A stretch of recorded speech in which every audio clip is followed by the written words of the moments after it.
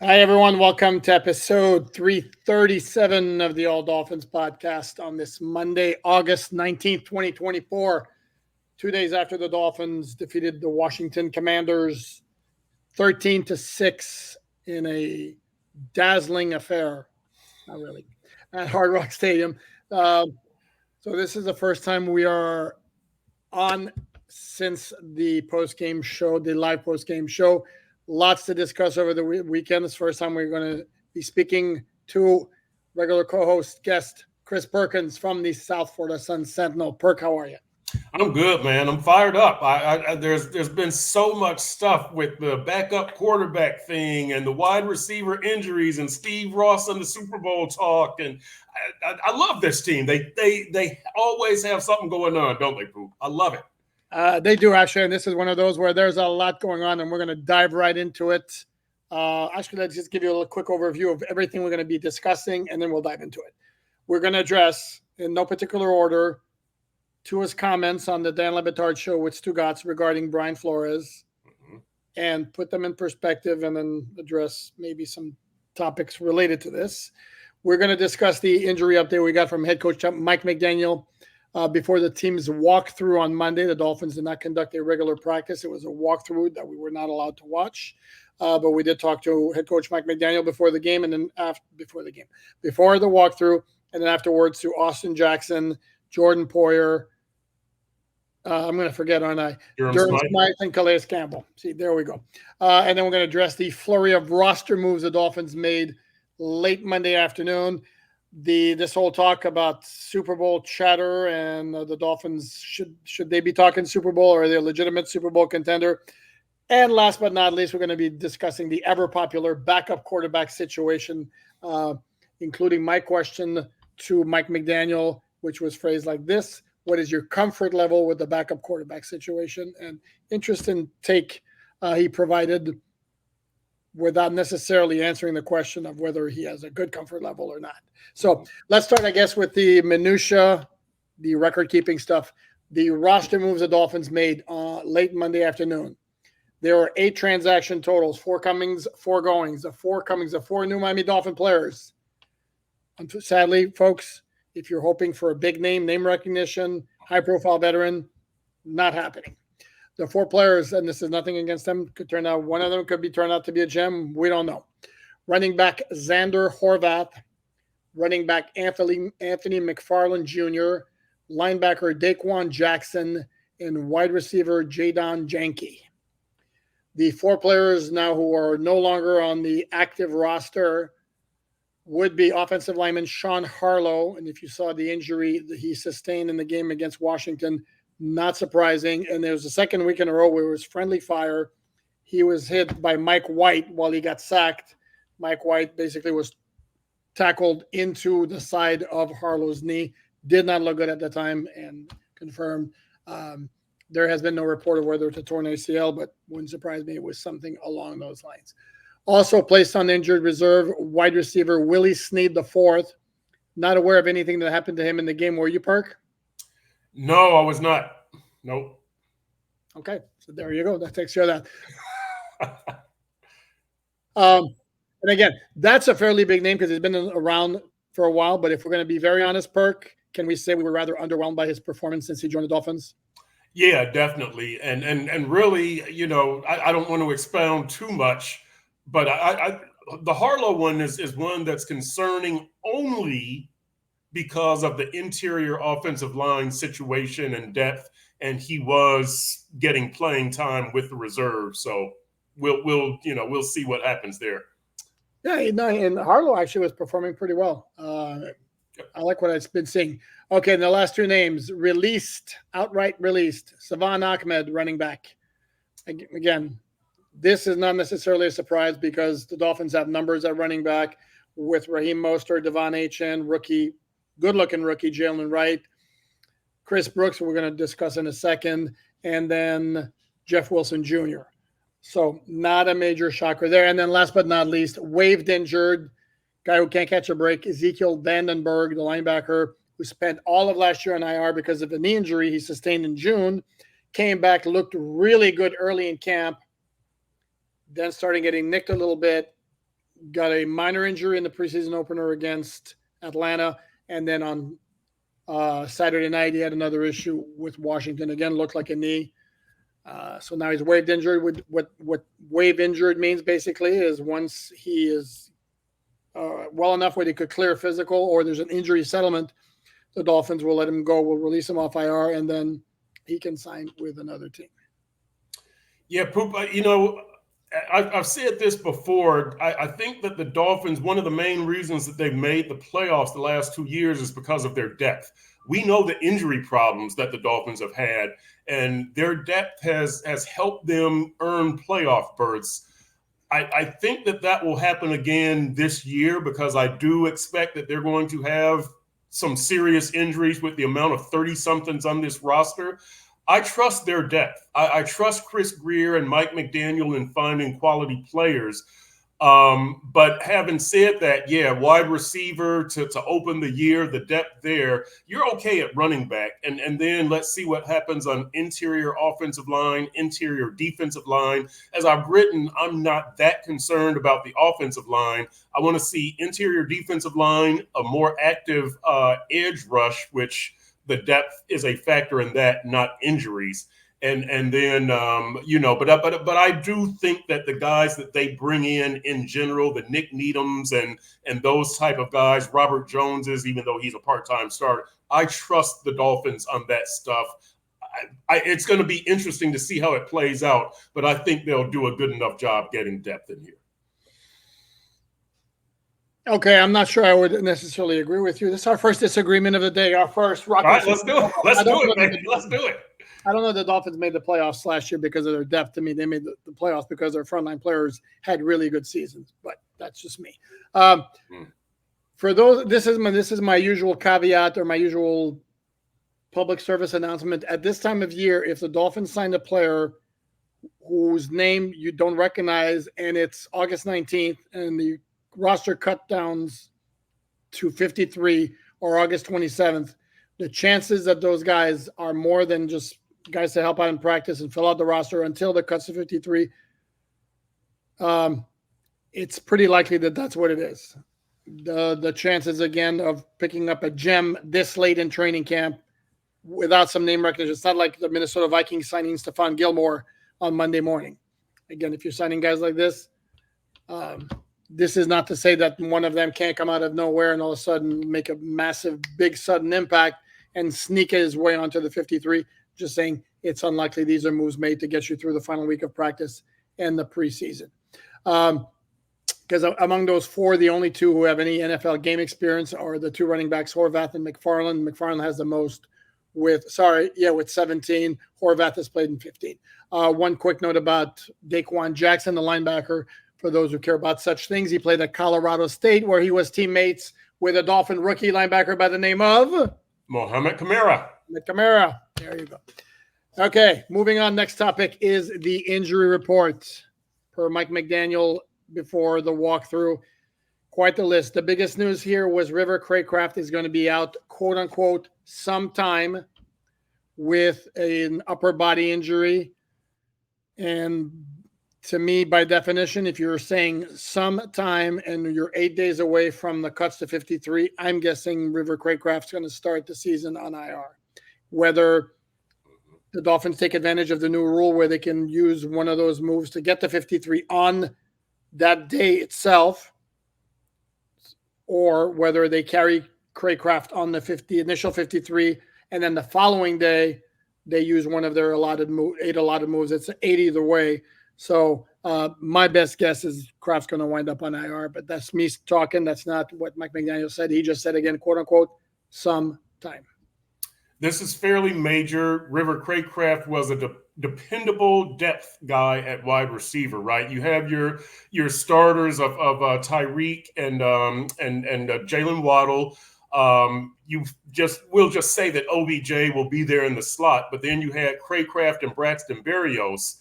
And now Cracraft isn't there. As I tweeted, I was told after the game that he was spotted with family members with an ice pack on one of his shoulders. So I'm guessing that he's probably got a shoulder injury. You're good. You see, this is why I'm employed for now. But yeah, this is a fairly major development. We'll have to keep an eye on wide receiver depth. No, without question, because again, we're still dealing with. He's been out. Anthony Schwartz has been out. Odell Beckham Jr. remains on PUP, and Mike McDaniel said this is not the week he's coming back to practice. But I apologize. I said I did the same thing on Twitter. Not coming back to practice. We'll start practicing because he hasn't practiced yet with the Dolphins, so he can't be coming back to practice when he hasn't done it yet. McDaniel also made the point that if this were the regular season, the way Jalen Waddle is being handled would be different, kind of suggesting that he would be able to play if this were the regular season, but they want to be extra careful with him, which certainly makes sense. The move with Cracraft, to me, the biggest upshot of that news is I think that means Eric Ezukama is making the 53. Right. Because I think regardless of what winds up with OBJ, if OBJ winds up on the 53, I think the Dolphins will keep 6. Hill, Waddle, OBJ, Braxton Berrios, rookie 6th-round picks, Malik Washington, who to me is not going anywhere anyway.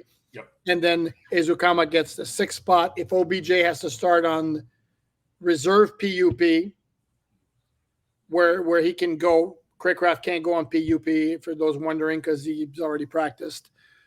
Then I could see the Dolphins saying, and you know what, we're good with just 5, and we'll use the extra roster spot at another position like DB, where they have a surplus. They have more NFL caliber players than they have roster spots. Yeah, the kind of the roster gymnastics is going to be very interesting, but I would agree with you there. Because there's a big gap between Malik Washington and the next receiver, right? That there's really nobody else that at this point who I would wide receiver wise that I would think you would want to make a number 6 on your roster. Correct, and the thing with draft picks is, unless there's somebody clearly better than you, you're making the team. Usually teams don't like to cut draft picks as rookies. It happens, and it will get done if the guys, for example, the Dolphins cut 2 of them last year, Elijah Higgins and Ryan Hayes, because they were clearly better options on the roster. But if it's close to equal, you're going to keep the draft picks. Okay, the rest of the injury report, Braylon Sanders, lower body is week to week. David Long Jr., who was seen shaking his hand, but also was the victim of a friendly fire helmet-to-helmet collision. McDaniel said he could have returned to the game, but by the time that happened, they had already decided it was past. It was past his bedtime. It was past his playtime for this particular game. So Chris Brooks is in the concussion protocol. And see if I could learn to speak. This podcast would be so much better. Chris Brooks is in the concussion protocol after taking a nasty hit shortly after he had that long gain up the middle. To me, he still remains a very, very interesting player. Very interesting player. And then the other one is cornerback Cam Smith, who is dealing with a hamstring injury without McDaniel necessarily specifying it. But if you put 2 and 2 together, it's clear that's what's happening. And he is week to week. That's one that really bothers me also, because he was making headway. I really liked his game Saturday night. He's a guy who I liked a lot as a rookie last year in training camp.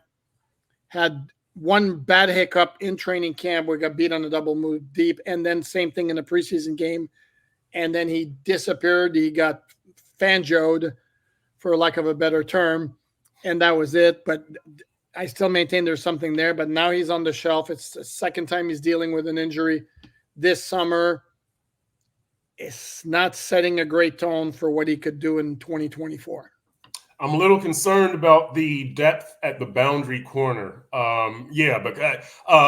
Yes, correct. Very thin. And at the slot, I trust Nick Needham to back up Kader Kohu. That's solid. But when you're talking about those boundary positions, you're pretty thin behind the starters of Kendall Fuller and Jalen Ramsey. Of course, Kader Kohu would probably be the next one in line, and you might have to start Needham or put him in as the 5th cornerback. Right, he would play a boundary. the inability to speak is contagious, apparently. Yes, it is. You're okay one deep in that cornerback room right now, but if you have to go too deep with that Cam Smith injury, it could be concerning. Yeah, no, I do think they're thin. Hey, Eli Apple's still out there last I checked, right? The fans will laugh. I liked Eli Apple. I thought he was productive. I think you did too. I wouldn't even laugh at that. I think that if Tyreek Hill clears it, that would be a good option. Oh, there you go. Remember that last year? Yes, I do. No, and yeah, there are certain guys who become like fan favorites to be poked at. And to me, I thought Eli Apple got massively unfairly dumped on. Yeah, he had some rough games. He plays cornerback. It happens. Right. The best ones, get beaten up from time to time. And he had a couple of rough games. He also had a couple of games where he played pretty well. So I think overall he was eons better than I think a lot of Dolphin fans would have you believe. So, and I'm with you that depth at cornerback is very thin. The Cam Smith injury issues are very troublesome. That's number one. And number two, do we really know what kind of cornerback Ethan Bonner is going to be? I mean, we can't be as optimistic as we want to be, but the fact is this is not a guy who's proven in the least. And then you have Kohu and Needham, or two guys who are better suited and have played their better ball in the slot. So yeah, no, I'm not necessarily, well, but they do have is three really good looking rookie free agents: Isaiah Johnson, Storm Duck, and Jason Maitre. All three of them. Duck had a really, really good game on Saturday night. I will say this, and this is not me being a hater or I'm negative and all that. He needs to be careful about the hands. To me, there were a couple of times there was like I was waiting for the flag to come because he was a little bit handsy for my taste. But having said that, the coverage was really good.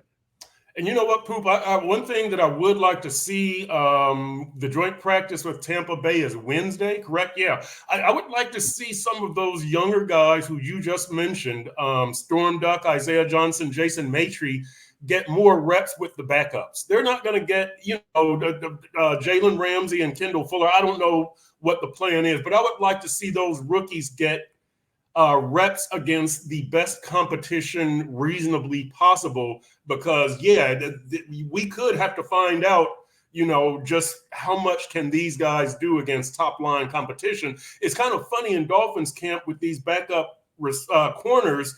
It's not fair to compare them against Tyreek Hill and Jalen Waddle, right? A lot of starters in the league can't cover them. And so then the competition kind of drops down to River, Cracraft, Braxton Berrios. I would like to see them compete against somebody in the middle of that class, right? Not quite Pro Bowl caliber, but better than second team caliber. Completely agree with you. Okay, let's move on to we got three major topics left to address. Let's go with Super Bowl, this Super Bowl talk. So what happened, in case you missed it, is Stephen Ross made an appearance in the broadcast booth of the Dolphins broadcast of the preseason game with Steve Goldstein and Kim Bokamper. And again, this is, as I'm going to keep repeating, it's a team broadcast, so it's very, very friendly. It's very optimistic and all that. And during the course of the conversation, Stephen Ross was asked about the roster that Chris Grier has put together, and he praised it and praised the job Chris Grier has done. And he said the key will be staying healthy, and if we're healthy, I think we're certainly a Super Bowl contender. And that became a story, I'm going to say, for some reason, because again, he's the owner of the team appearing on the team broadcast, and he's saying the Dolphins are a Super Bowl contender.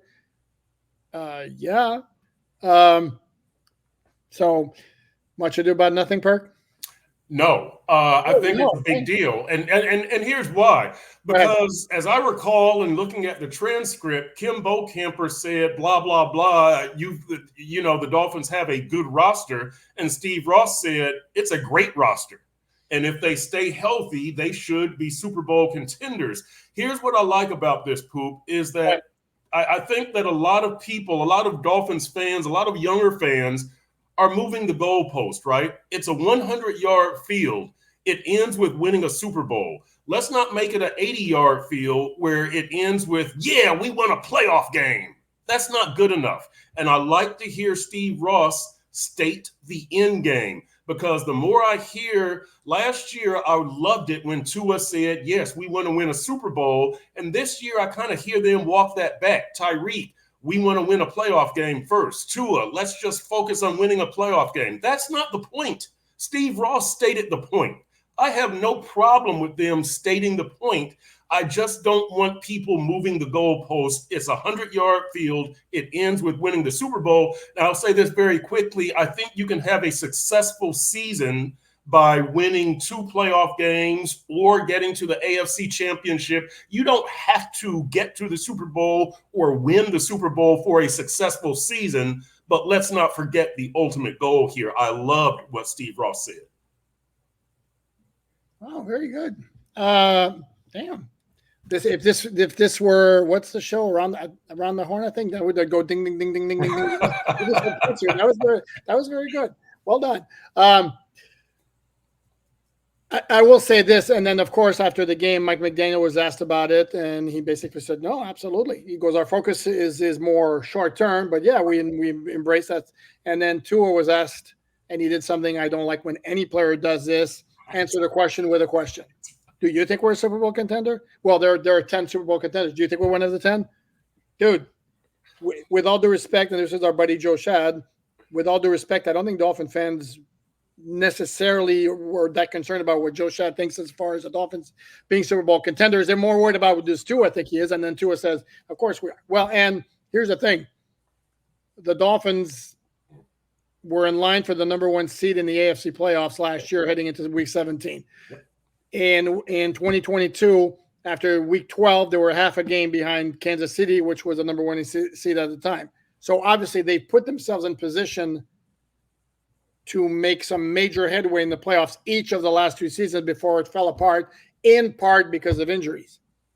So, yes, the Dolphins are Super Bowl contenders. Are they one of the top 3 Super Bowl contenders? Probably not.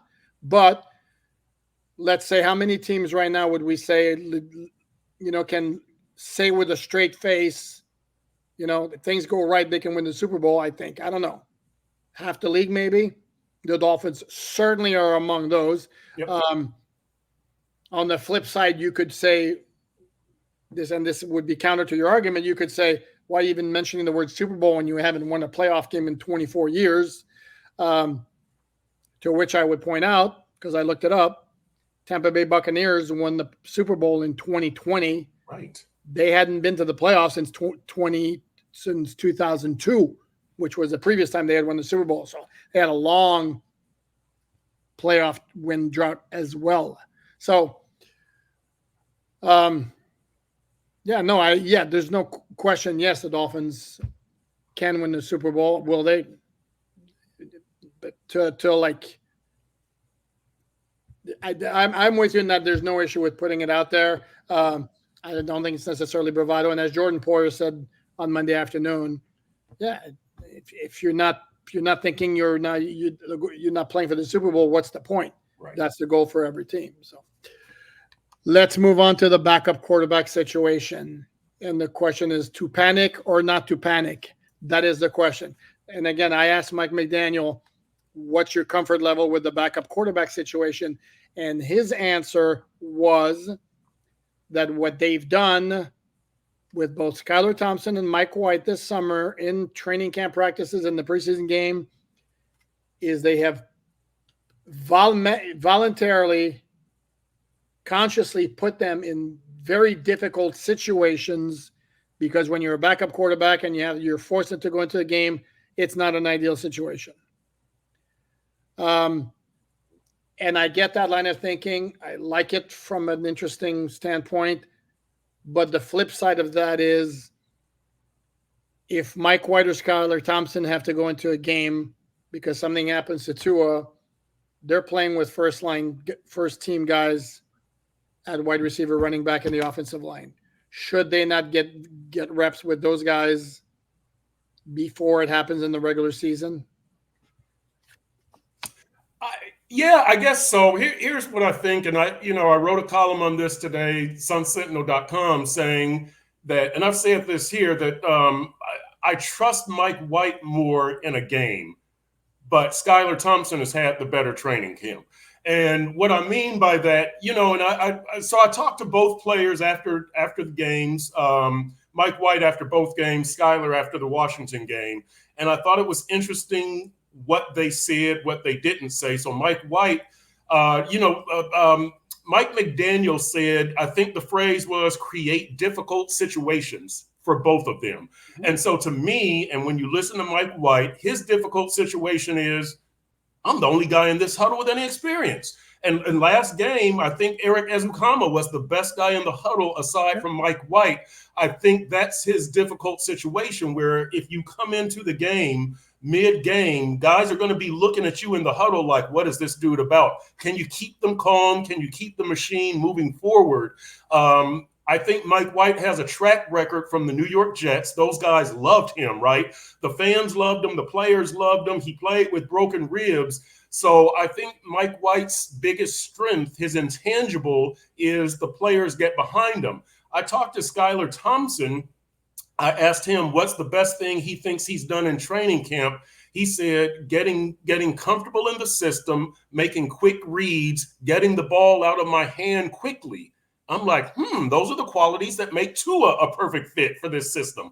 So I think that Skylar's challenge, his difficult situation is doing these tangibles, and Mike White has the intangibles. That's kind of how I kind of roughly see this thing. I don't think backup quarterback is an issue. I think that when the backup quarterback is in the game, Poop, his job is not to lose the game. Everybody else has to win the game.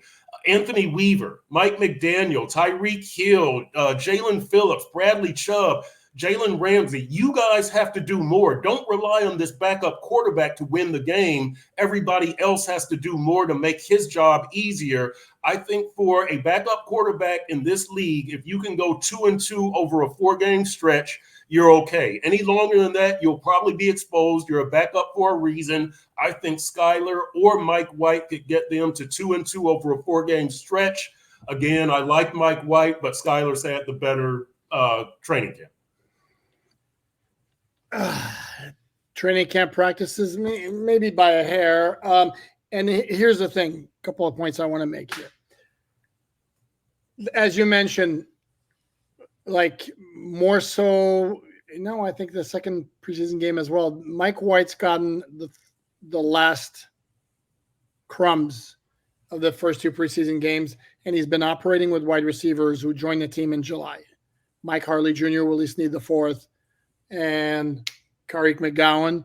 Mm-hmm. His running back at the end of the Washington game was Jaquan Burton, who you may recognize the name as a wide receiver because Chris Brooks got hurt and Mike McDaniel didn't want to put Raheem Mostert or Devon Achane back in the game. Mm-hmm. He's operating with a 3rd-team offensive line. I mean, are we shocked? Because if you remember, and this is in the 4th quarter, in the 3rd quarter, Mike White started 7 for 10 against Washington in the 3rd quarter, including that beautiful pass to Eric Ezukama. So he was looking pretty sharp, and then it kind of went south in the 4th quarter. Again, when the talent around him is like and then the other part is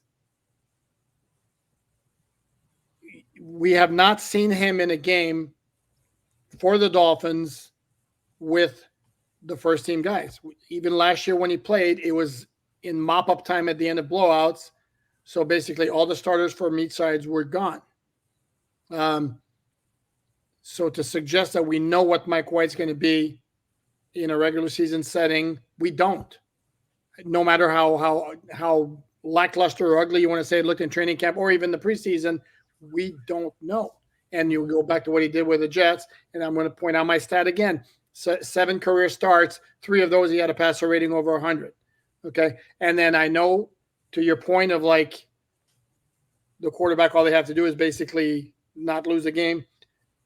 And I know those are immediately going to go, well, look what happened when Tua was on 2022. And again, I'm going to say it again. There was not one game. There was one game out of all the games Tua missed where there was not a mid-game change at quarterback necessitated by an injury.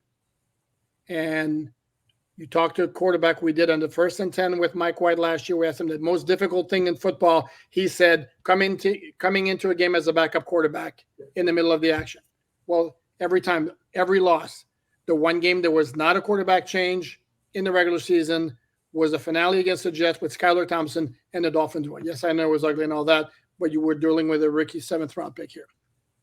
And then the Dolphins also got, in the losses without Tua in 2022, 0 takeaways on defense. Mm-hmm. Again, help your quarterback. It's not your regular quarterback. Do some things to help. So, and again, before anybody even suggested, no, I'm not saying any Dolphin quarterback is the equal to Tua. I'm not saying that, no. But again, we should not necessarily say Tua misses 3 games, Dolphins are done. To me, that's way too extreme. And here's another point, and I'm going to look it up here as after you. If Mike White and Skylar Thompson are so undesirable to Dolphin fans, please suggest somebody else other than Ryan Tannehill who does not fit the system. Right. I mean, like, oh my God, there's like nobody out there. In fact, I'm going to look it up right now. Go ahead, Perk. Yeah, no, I think you're right about Tannehill not fitting the system, and here's why. You know, like I just said with Skylar and his improvements, it's quick reads, it's getting the ball out of your hands quickly, it's being decisive. Those are not Ryan Tannehill's strengths, and we saw that for 7 years. I like Ryan Tannehill, truly, genuinely, but I think in this particular system, for that particular quarterback, Ryan Tannehill, you're asking a lot for him to come in here in the last couple of weeks of training camp and learn this system and learn how to make these reads and these accurate throws. I think that's asking a lot. I'm going to go with the guys who have been in this system for 2 years and 1 year, know the coaches, know the starting quarterback, know the receivers, know all the intricacies, know the offensive coordinator, the quarterback's coach. There's a reason they invest in these guys, and this is it, because you're going to need them. These are your guys. Absolutely. And I'm gonna reference there is a gentleman we both know who covers the beat who seems to think the Dolphins could just very easily upgrade the position if they just wait for the waiver wire to pick up somebody who would be an upgrade, like somebody's reject who wouldn't be good enough to make somebody else's 53 would be an upgrade over your number 2. I'm sorry, I'm not on board. And so for the record, the list of free agent quarterbacks still available: Ryan Tannehill, Teddy Bridgewater, doesn't count, he's retired. Mm-hmm. Shout out to him, though. He won his first game as Miami Northwestern High head coach. Brian Hoyer, also retired. Blaine Gabbert, Matt Barkley, Trevor Siemian, AJ McCarron, Jacob Eason, and Nathan Rourke, who, by the way, is back in the Canadian Football League. Do any of those guys really strike you as being an upgrade over what the Dolphins currently have? No. I'm going to put in a word from my man Kellen Mond, because there you go. Right, I know. In all clarity and transparency, I'm really close friends with his dad and have been since we were both 12 years old. So Kellen is out there, but I'm putting his name out there as a possibility. So yeah. Yeah, let me look at his career transactions. Viking, Browns, Colts, Saints. Yep. Released on May 9th, and nobody's picked him up since. Yep. So, okay. Anyway, so my bottom line here, yeah, Dolphins are going to do better than what they have right now. I still maintain Mike White's going to be the number 2 quarterback, and I think in a game setting, I think he would be okay. I don't know that you're going to go 7-0 with him in a 7-game stretch if he has to play that many games, but I don't think it would be the catastrophe that Dolphin fans seem to think. Again, referencing that in 2022 with those 3 losses, the first 3 losses when Tua was injured, there was a quarterback change in the middle of the game every time. No takeaways. Oh, and by the way, Teron Armstead played a total of like 8 snaps in those 3 games. So it wasn't strictly that Tua was not here, Dolphins lost. Not quite that simple. Okay. We are going to close with, speaking of Tua, we have to address this. Comments on the Dan Le Batard show with Stugatz, where, wow, this is semi-on-Tua-like, where he's basically talking about how the difference between Mike McDaniel. The question was about the difference in approaches between Mike McDaniel and Brian Flores, and he basically said, you go from one guy telling you suck every morning to a guy who believes in you and all that. And then the eye-opening thing for me was he called Flores a terrible person. Like, whoa. Yeah, I don't, without getting personal on that part of it, I agree with Tua. And I like Flores. I like, but different strokes for different folks, right? All styles don't fit. These guys, Brian Flores and Mike McDaniel, are 180 degrees different, right? And Flo believes in the old school, I'm going to pressure, and pressure burst pipes, and let's see what you're made of. And McDaniel is very progressive and new school, and we're going to support, and get the best out of them. I would like to see Mike McDaniel use more of kind of that hard ass approach, but that's not his style. I would like to see somebody on that staff use more of the hard ass approach. I sometimes wonder about this team's motivation.